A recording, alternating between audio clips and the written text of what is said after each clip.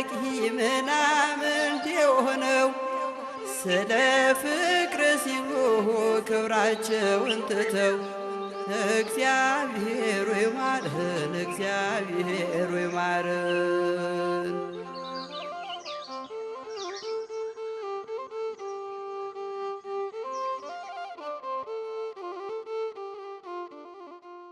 ተመልካቾች በደቡብ ኦሞና አሪዞኖች ሀገረ ስብከት ጅንካ ከተማ ነው የምንገኘው። በተለይ የማህበረ ቅዱሳን ጅንካ ማዕከል እንግዲህ ማህበረ ቅዱሳን የሰራቸው ትልልቅ አዳሪ አብነት ትምህርት ቤቶች አሉ። ኮይቤ ቅዱስ ኡራኤልና ሰልማ ቅድስት ኪዳነ ምሕረት ቤተክርስቲያን ትልልቅ አዳሪ አብነት ትምህርት ቤቶች አሉ። ከዛ ውጭ ደግሞ ማዕከሉ ጅንካ ማዕከል ከ15 በላይ በየአጥቢያ ቤተክርስቲያናቱ የሚያግዟቸው እና ደግሞ የሚደግፋቸው አብነት ትምህርት ቤቶችም አሉ። እነሱን እንቃኛለን ማለት ነው። በተለይ ኮይቤና ሰልማ ጉባኤ ቤቶች የሰልማ ጉባኤ ቤት አሁን ከነበረው የንባብና ዲያቆናትን የማፍራት እንቅስቃሴ አልፎ ዲያቆናትን ደግሞ እየተቀበለ አሁን ካህናትን ወደ ማፍራት አድጓል ማለት ነው።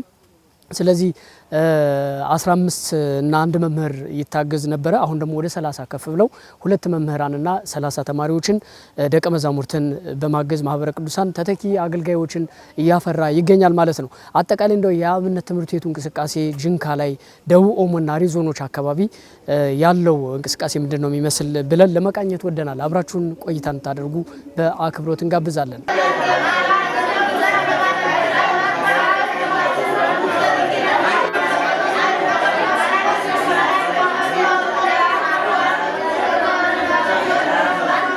በደቡብ ኦሞና አሪዞኖች ሀገረ ስብከት ማህበረ ቅዱሳን በጅንካና አካባቢው አዳሪ አብነት ትምህርት ቤቶችን በመገንባት በርካታ ዲያቆናትን ማፍራት ችሏል።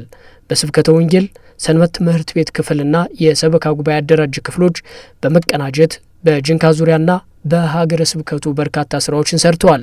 በዚህም የአብያተ ክርስቲያናትን ቁጥር ጨምረዋል። ዲያቆናትን ከማፍራት ለማዕረገ ክህነት እስከ ማድረስ እንዲሁም ሌሎች የልማት ስራዎችንም ማከናወን ችለዋል። የጅንካ ማዕከል ማህበረ ቅዱሳን 6 ወረዳ ማዕከላትንና ወደ 5 የሚደርሱ ግንኙነት ጣቢያዎችን በመያዝ ነው አገልግሎቱን ተደራሽ ለማድረግ እየተንቀሳቀሰን ያለ ነው። እንግዲህ እንዳጠቃላይ የጅንካ ማዕከል አገልግሎትን ስናይ በከፍተኛ ሁኔታ ማዕከላችን እየተገበራቸው ወይም እየፈጸማቸው ያሉ አገልግሎቶች አሉ።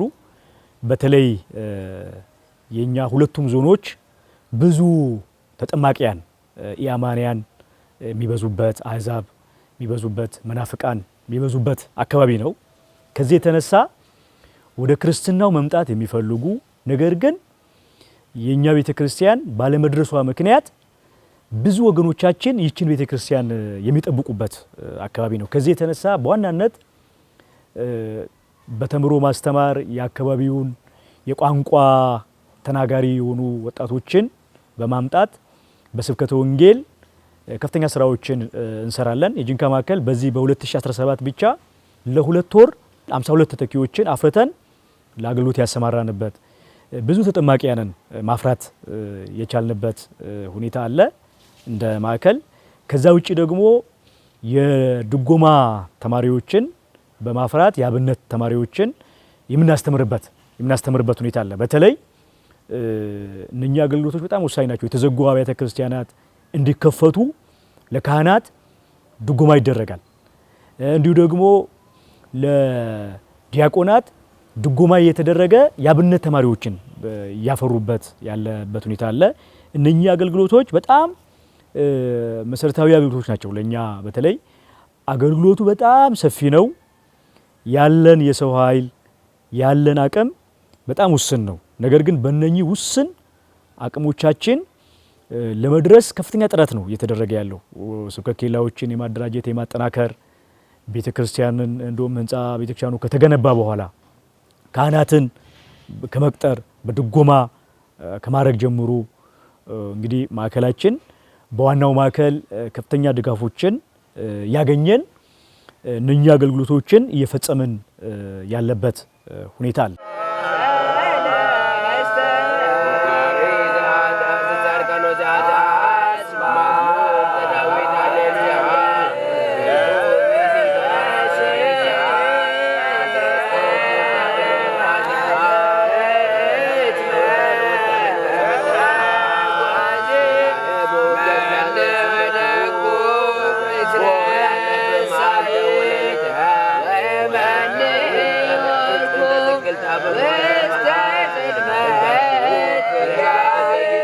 ተመልካቾች አሁን የምንገኘው በደቡብ ኦሞ አሪ ዞኖች ሀገረ ስብከት ሰልማ ቅድስት ኪዳነ ምሕረት ቤተክርስቲያን ነው። በነገራችን ላይ ቤተክርስቲያኗ ተራራ ላይ ነው የምትገኘው። በጣም የሚያምር ቦታ ላይ ነው የምትገኘው። ከጀርባ እንደምታዩት በመቃኙ ነው ያለው ታቦተ ሕጉ፣ ግን ደግሞ የሚገርም ዲዛይን አለ።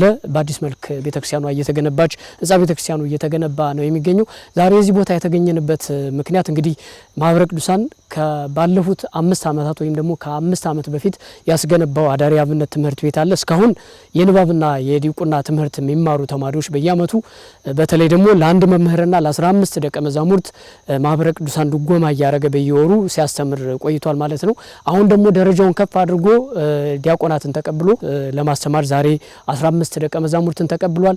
ድጋፍም ደግሞ ተጨማሪ አንድ መምህርና 15 ደቀ መዛሙርት ሆነዋል ማለት ነው። ያ ማለት 2 መምህራንና 30 ደቀ መዛሙርት በየወሩ እየተደጎሙ ትምህርታቸውን ይማራሉ ማለት ነው። እንግዲህ ዛሬ ወደዚህ አብነት ትምህርት ቤት የገቡ ደቀ መዛሙርት ከተለያዩ ወረዳዎች ለ4 ዓመት ለ5 ዓመት እስከ 8 ዓመት ቤተክርስቲያንን ያገለገሉ ዲያቆናት ናቸው የመጡት። ለ2 ዓመት ነው በጀት የተያዘላቸው። በ2 ዓመታት ውስጥ እንግዲህ ብቁ ካህናት ሆነው ተመልሰው ህዝበ ክርስቲያኑን ቤተክርስቲያንን የሚያገለግሉ ናቸው ማለት ነው። እንግዲህ የአገልጋይ ካህናትን እጥረት ለመቅረፍ የተዘጋች ቤተክርስቲያንን ለመክፈት ማህበረ ቅዱሳን የሚያደርገውን ጥረት አጠናክሮ ቀጥሏል ማለት ነው። እዚህ ጅንካ ማዕከልም እንግዲህ ከዋናው ማዕከል እገዛ ውጭም በራሱ ደግሞ ሌሎች አብነት ትምህርት ቤቶችን እያገዘ ይገኛል። እንግዲህ በሰፊው ጅንካ ዙሪያ ያሉ አብነት ተማሪዎችንና አጠቃላይ ያለውን አገልግሎት እናስቃኛችኋለን። አብራችሁን ስለምትሆኑ እጅግ አድርገን እናመሰግናለን። ማህበረ ቅዱሳን የሚያስተምራቸውን ደቀ መዛሙርት ዛሬ ተቀብሎ እንግዲህ በዚህ መንገድ ላይ ተገናኝተናል። እንኳን ደህና መጣችሁ እንላችኋለን። ዛሬ ስል ጥቅምት 19 2018 ዓመተ ምህረት ማለት ነው። እንኳን ደህና መጣችሁ ብዬ የተወሰነ ቆይታ እነሱ ጋር አደርጋለሁ። ወንድሞቼ እንኳን ደህና መጣችሁ። ተዋውቀን እንጀምር እስቲ። እንግዲህ የመጣሁት በመጀመሪያ እንኳን ደህና መጣ። አብረን እንኳን ደህና ቆየ። እንኳን ደህና ቆየ። የምን ቋንቋ ተናጋሪ ነህ? አረኛ ቋንቋ ተናጋሪ። መልካም ጎበዝ፣ አማርኛም ትችላለህ። ስለዚህ ገና አሁን እየመጣችሁ ነው ልትማሩ። እስቲ ስምህን አስተዋውቀኝ። ከየት ወረዳ ነው የመጣው? የመጣሁት ወረዳ ከባካ ዳውላ አሪ ወረዳ ከጎይዲ ቀበሌ ከዛቢ ስብከት ከላ ከሚባለው ነው ስሜ። ያው ዲያቆን አብርሃም በላቸው ይባላለሁ። ያው የመጣሁት ያው እንግዲህ ማህበረ ቅዱሳን ባዘጋጀው በቅስና ትምህርት ለመማር በዛሬው ዕለት እንግዲህ እኛም በጉጉት የተጠበቅነው ትምህርት ስለተጋበዘን በጣም እኛም ደስ ብሎናል። እንኳን ደስ አለን ነው። መልካም። እንደው በዲቁና እዛ ብዙ አገልግለሃል?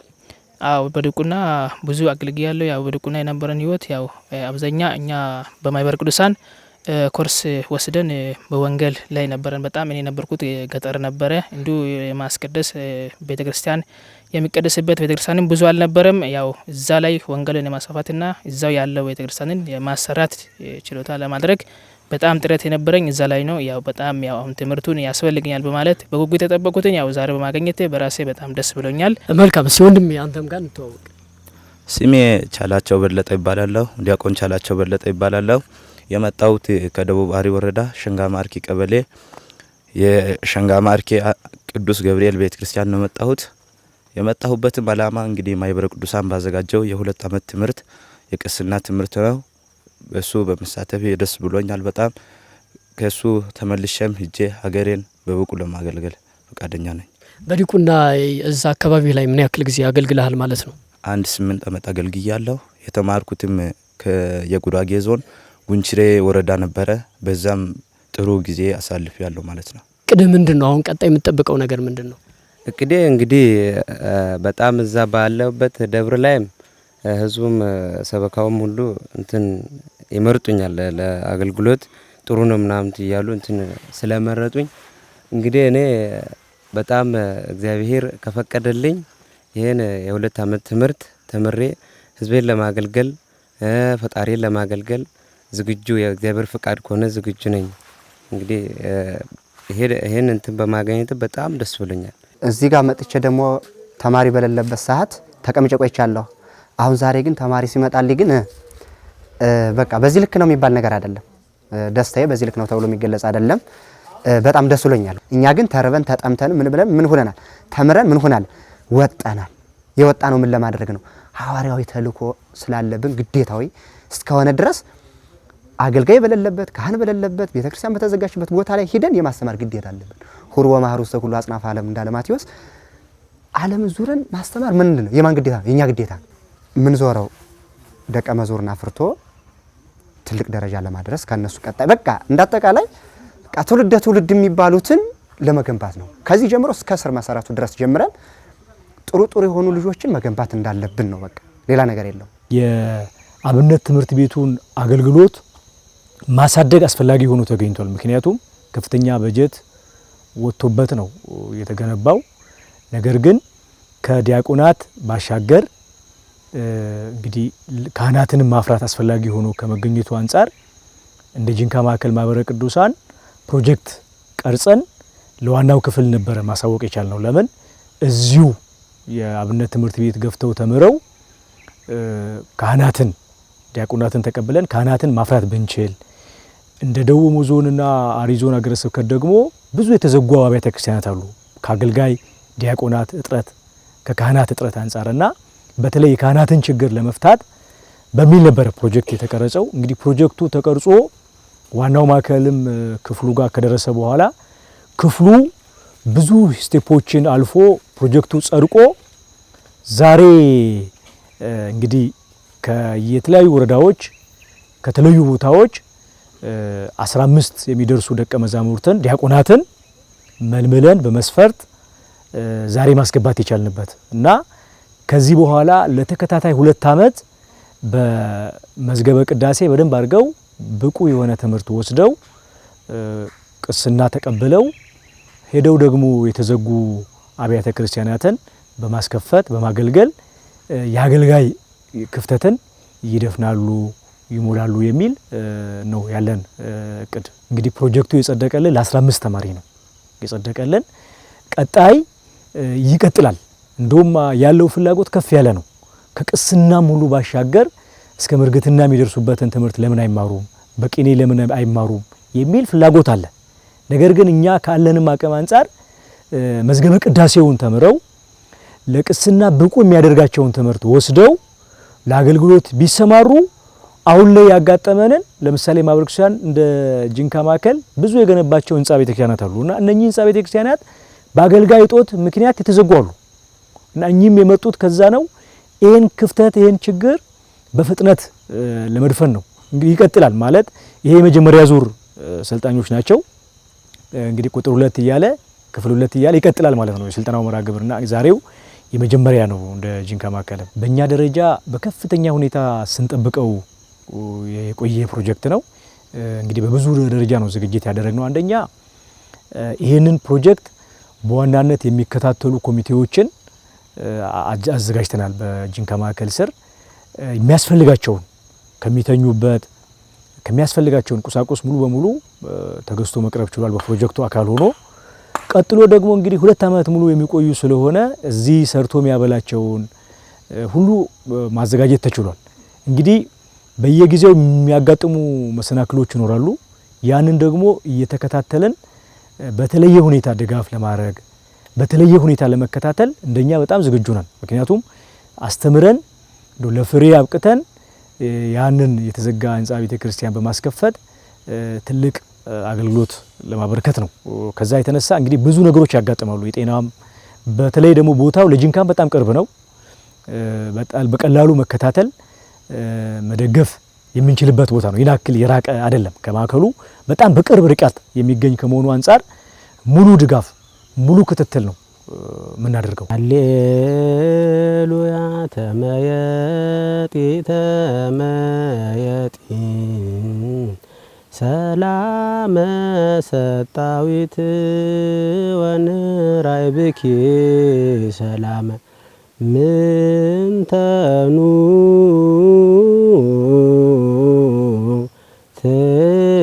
ትንየጽሩ በእንተ ሰላመ ሰጣዊት እንተ ትሄውፅ እምርሁቅ ከመ መድበለ ማህበር ሆረታቲሃ ዘበስን ለወለተ አሚናዳብ። እንዳውስ እኔ የገባሁት መጋቢት 10 ነው። ከዚያ እስካሁን ባለው ድረስ ለዲቁና የደረሰ ልጅ አልነበረም። ከነዚያም በዚህ በቆየንበት አጋጣሚ ትንሽ ከዚህ ቦታው ላይ የሰላም ችግር ተፈጥሮ ነበርና በዚያ ምክንያት ልጆቹ ትንሽ ወደ ኋላ መቅረት አጋጣሚ ገጥሟቸው ነበር። ለዲቁና መስከረም 17 በመስቀልም በዓል በሚከበርበት በሱ በሀገረ ስብከታችን ዲቁና ይሰጣል። ከዚያ ጋር 4 ልጆች ለዲቁና በቅተዋል። አሁን ዝግጁ የሆኑም ከ5 በላይ የሚሆኑ ልጆች አሉ። በተለይ ደግሞ አሁን ከመስከረም 17 ወዲህ እነዚህ 4 ልጆች ዲቁና ከተቀበሉ ወዲህ ልጆች የመማር እንትናቸው እየሰፋ ነው። ከዚህ በፊት እኔ እንደምሰማሁትም የቆይ ቤተ ጉባኤ የቆየበት ከ4-5 ዓመት በፊት እንደቆየ ነው እና እስከዚህ ድረስ እዚህ ከተማሩ ልጆች ለዲቁና ያበቃ የለም። በዚህ ልጆች የመሰላቸት እንትን ይገጥማቸዋል። ተምረንም እንዲህ ላንሆን ዲያቆን ላንሆን ምንድነው ትምህርት ውስጥ የሚጠቅመን እስከ ማለት ድረስ ደርሰው ነበር። አሁን ግን እነዚህ ልጆች ከተቀበሉ ወዲህ አሁን በሳምንት በ2 ሳምንት እንኳን ብዙ ለውጥ አለው።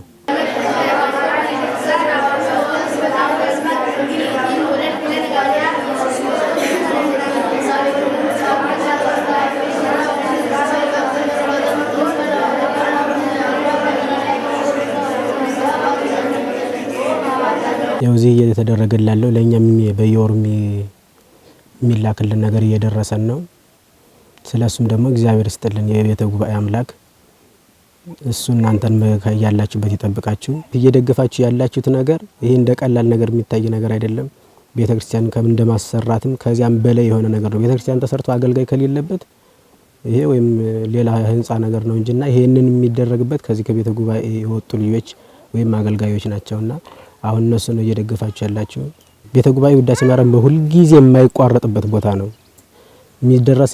ይሄ ጸሎት ደግሞ በማህበር ለዚያውም ህፃናት የሚያደርሱበት ይሄ ህፃናት ጸሎት ደግሞ እንግዲህ እኔ ሳልሆን ጌታ በወንጌሉ የተናገረው ነገር ነው እና እሱ ቤተ ጉባኤ ሁሌም አሁን ቤተክርስቲያን ምናልባት በተላላቅ ቤተክርስቲያን ከሆነ እንጂ ዘወትር ብዙ ጊዜ የማይደረስበት በተለይ በገጠር አካባቢ የለም። ግን ቤተ ጉባኤ ግን ሁሌም ለዚያውም በህፃናት አንደበት ጸሎት የምታደርግና በዚህም ታስባቸው ያለ ቤተክርስቲያን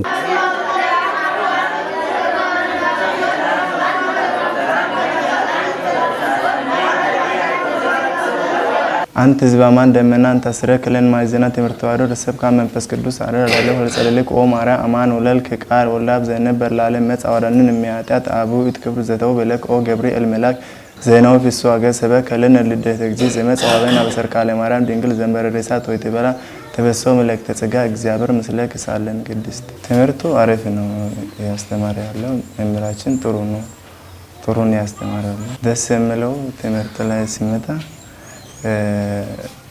ያግባባሉ፣ እኛ ጋር ያወራሉ። ስለዚህ ደስ ይለናል። ተምረ ውጤታማ ሆኜ ህዝቦችን ቤተሰቦችን ለማገልገል ይማራለሁ። ቄስ ኢዝራኤል ይባላለሁ። እዚህ ነው ተወልጄ ያደረኩት። ደግሞ ከተማም እዚህ ነው እኔ ያደረኩት። ሀገር እዚህ ነው። ትምህርት የጀመርኩትም እዚህ ነው። አብነት ትምህርት ቤት እዚህ ጀመርኩት። እዚህ ሁሉ ነገር ተምረን ያው ለ1 አመት ብቻ ነው ከዚህ ቦታ የወጣሁት። አዲስ አበባ ለ1 አመት ሄደን ተምረን ነበርና ያው ለቅስና ብለን አዲስ አበባ ሄደን 1 አመት ያክል ተምረናል።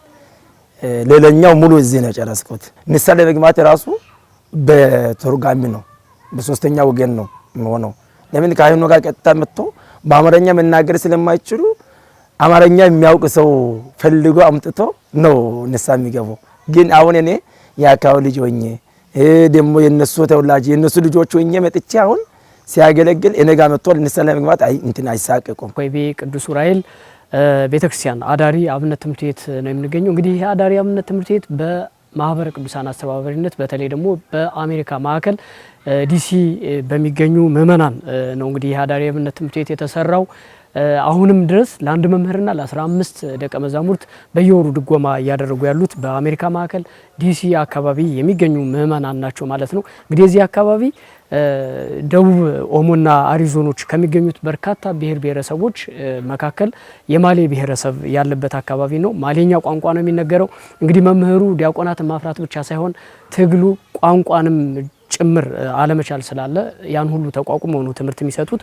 እንደምታዩት እንግዲህ በኢትዮጵያ ኦርቶዶክስ ተዋሕዶ ቤተክርስቲያን በሰንበት ትምህርት ቤቶች ማደራጃ መምሪያ በማህበረ ቅዱሳን አስተባባሪነት በሀገር ውስጥና በአሜሪካ ሀገር በዲሲ በሚኖሩ በበጎ አድራጊ ምእመናን የገንዘብ ድጋፍ የተሰራው በደቡብ ኦሞ ሀገረ ስብከት የኮይቤ ቅዱስ ዑራኤል ቤተክርስቲያን አብነት ትምህርት ቤት ግንባታ ፕሮጀክት ተጠናቆ ሐምሌ 10 2014 ዓመተ ምህረት ተመረቀ ይላል። እንግዲህ ከዛን ጊዜ ጀምሮ የተወሰነ ስራ ያልሰራባቸው ጊዜያት ነበሩ፣ የሚስተካከሉ ነገሮች ስለነበሩ ከዛ በኋላ ግን እንግዲህ ተማሪዎች መማር ጀምረዋል ማለት ነው። ዲያቆናትም እዚህ አካባቢ ማፍራት ተችሏል። እንግዲህ መምህሩን ሲነግሩኝ አካባቢውም ያለውን ነገር ስሰማ ዲያቆናት ዲቁና ከተቀበሉ በኋላ ማህበረሰቡ ላይ ያለው ግንዛቤ ራሱ ተቀይሯል። ምክንያቱም ቀደም ብሎ እየተማሩ ዲቁና ካልተቀበሉ ካልቀደሱ ምን ይሰራል የሚል አመለካከት እንደነበረና ፈተናም ሆኖ እንደነበረ ሲነግሩኝ ነበረ መምህሩ ማለት ነው። እንግዲህ እዚህ ቦታ ላይ ዲያቆናትን ማፍራት የተዘጋችን ቤተክርስቲያን መክፈት እንግዲህ ትርጉሙ ምን ያክል ትልቅ እንደሆነ ለሁላችንም ግልጽ ነው ማለት ይቻላል። እንግዲህ ማህበረ ቅዱሳን አገልጋይ ካህናት እጥረት ባለባቸው በተዘጋጁ ቤተክርስቲያን አካባቢ እያደረገ ያለውን እንቅስቃሴ በዚህ መንገድ ስራውን እየሰራ ነው። ለዛም ደግሞ እዚህ ኮይቤ ቅዱስ ዑራኤል አዳሪ አብነት ትምህርት ቤት ያለው የአብነት ትምህርት ቤት እንቅስቃሴ አንድ ትልቅ ማሳያ ነው ማለት ነው። በማህበረ ቅዱሳን ጅንካ ማዕከል ማህበረ ቅዱሳን በገነባቸውና በድጎማ ከሚያስተምርባቸው ሰንማና ኮይቤ አዳሪ አብነት ትምህርት ቤቶች በተጨማሪ በጅንካ ዙሪያ የተለያዩ አብነት ትምህርት ቤቶችን በማስፋፋት ስራዎችን እየሰራ ይገኛል። በዚህም ሴቶችን ጨምሮ በርካታ ታዳጊዎች እንዲማሩ እድሉ የተፈጠረ ሲሆን ስለ አብነት ትምህርት ቤትና ጠቀሜታው ለቤተሰቦቻቸውም ግንዛቤው መፈጠር መቻሉን ተመልክተናል። በጅንካ ዙሪያ ካሉ አብነት ትምህርት ቤቶች መካከል የየትነበርሽ ቅዱስ ዮሐንስ ቤተክርስቲያን ተጠቃሽ ነው። በዚህ ቤተክርስቲያን የቤተ ክርስቲያኑ አስተዳዳሪ የባካ ወረዳ ቤተ ክህነት ሊቀ ካህን ሆነው ከማገልገል በተጨማሪ የአካባቢውን ታዳጊዎች ሰብስበው ያስተምራሉ። ይህም በመሆኑ በርካታ ዲያቆናትን ማፍራት ችሏል። ደቀ መዛሙርቱ ቀን ቀን ዓለማዊ ትምህርታቸውን፣ ማታ ማታ ደግሞ የአብነት ትምህርታቸውን በመማር ቤተ ክርስቲያንን ለማገልገል እየተጉ ተመልክተናል።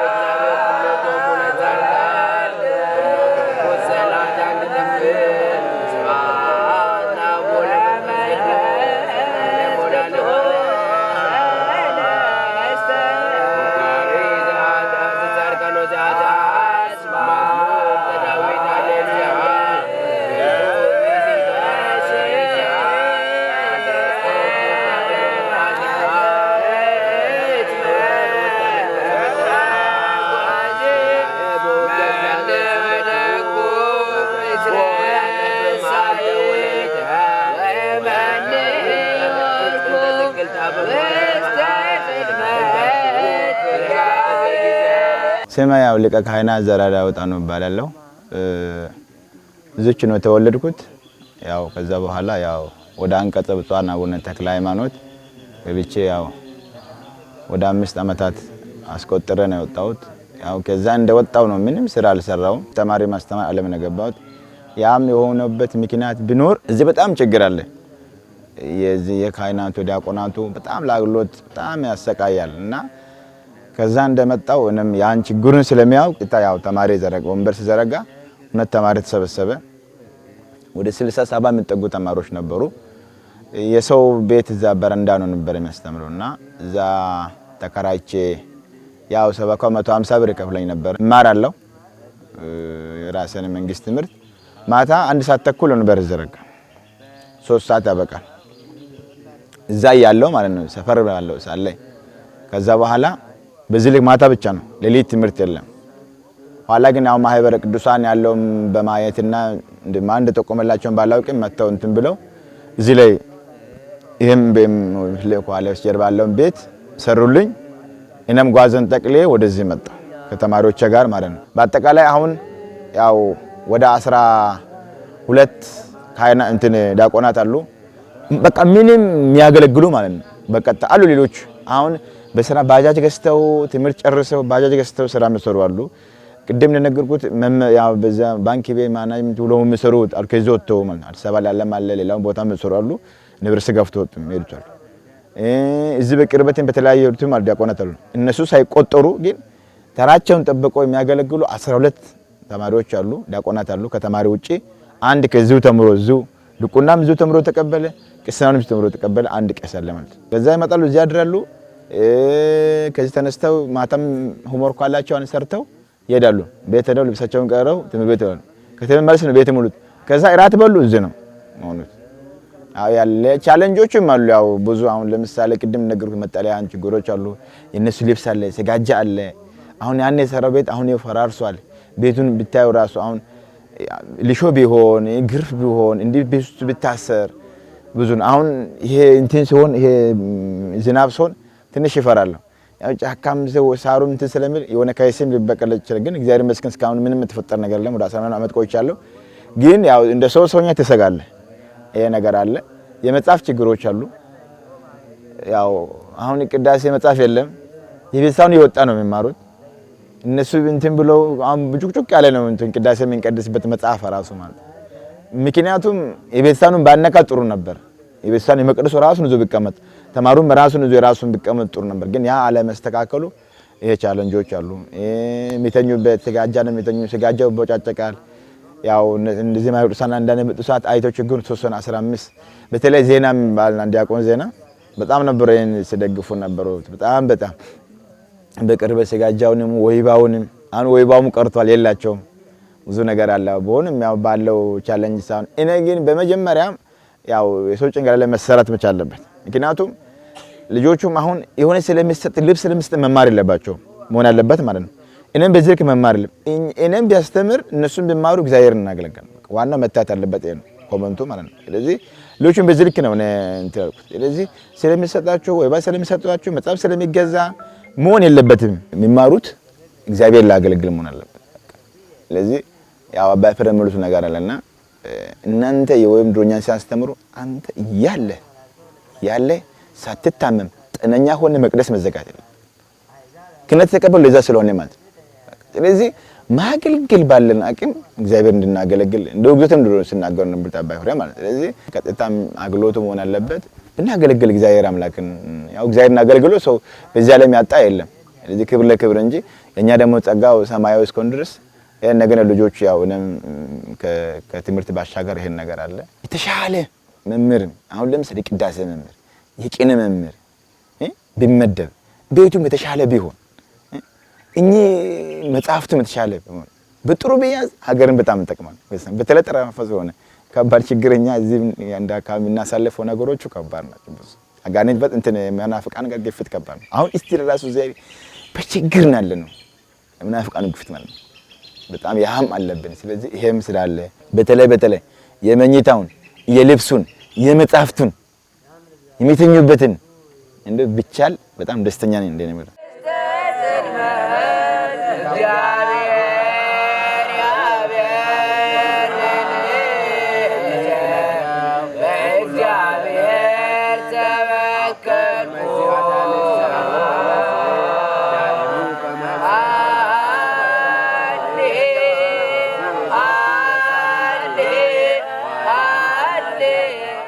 አሁን ላይ የዚህ ሀገረ ስብከት ላይ በጣም ሰፋፊ ስራዎች እየተሰሩ ነው። ማህበረ ቅዱሳንም የተተኪ አገልጋይ ካህናትን ብዛት ለመጨመር የተዘጋጅ ቤተክርስቲያንን ለመክፈትና እንግዲህ አገልግሎት የማይሰጥባቸውን አብያተ ክርስቲያናት እንግዲህ ካህናትን በመፍጠር ካህናትን በማፍራት እንዲያገለግሉ የማድረግ ስራው ተጠናክሮ ቀጥሏል ማለት ነው። እኛም በቆይታችን የተመለከትነው የታዘብነው ያንን ነው። በተለይ ደግሞ በማህበረ ቅዱሳን አሜሪካ ማዕከል አስተባባሪነት ዲሲና ሆስተን የሚገኙ ኦርቶዶክሳውያን ደግሞ እዚህ ጅንካ ላይ የተገነቡ አዳሪ አብነት ትምህርት ቤቶችን በማሰራትም አሁን የሚማሩ ተማሪዎችንም ደቀ መዛሙርትንም መምህራኑንም በማገዝ ሰፊ እንቅስቃሴ እያደረጉ ነው የሚገኘው። እንግዲህ በጣም ደቀ መዛሙርቱ ደስተኛ ናቸው፣ መምህራኑ ደስተኛ ናቸው። እዚህ አካባቢ እንደዚህ አይነት ስራ መስራት እንግዲህ የነገዋን ቤተክርስቲያን ለትውልድ ለማሻገር የሚደረገውን ጥረት የበለጠ አጉልቶ የሚያሳይ ነው።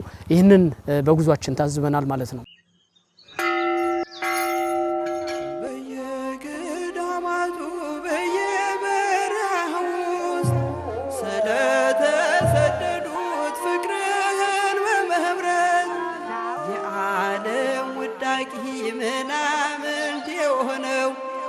ስለ ፍቅር ሲሉ ክብራቸውን ትተው እግዚአብሔር ሆይ ማረን፣ እግዚአብሔር ሆይ ማረን።